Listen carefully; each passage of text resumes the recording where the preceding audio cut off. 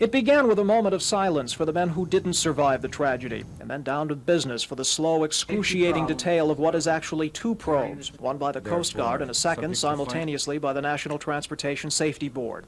No one will talk much about details, only what they're trying to do. The Coast Guard is charged with the investigation of the casualty to determine cause, and from the cause to come up with a remedial action. The first witness called was one of only 3 survivors, 28-year-old Paul Dewey, who had been on the ship only 10 days when it went down.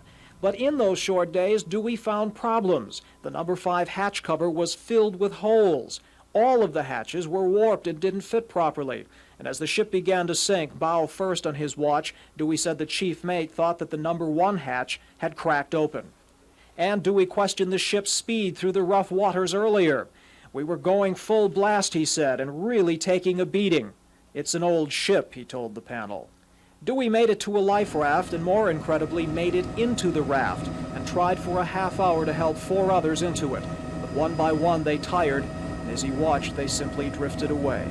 I was in a life raft by myself.